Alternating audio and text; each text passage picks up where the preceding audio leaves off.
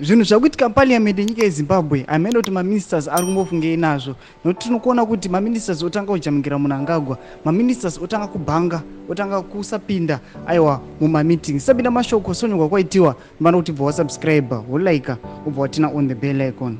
Tipina muna utona Senate chicomplainer vachnyora Newsday vachiti senators have bemoaned a growing trend where cabinet ministers are now being questioned at answer session in both the lower and the upper houses of parliament. Several ministers have continued to snub Senate sessions, with the trend reportedly having been going on after the coming in of the Second Republic. The last session on 13 June was attended by 6 ministers, including deputies.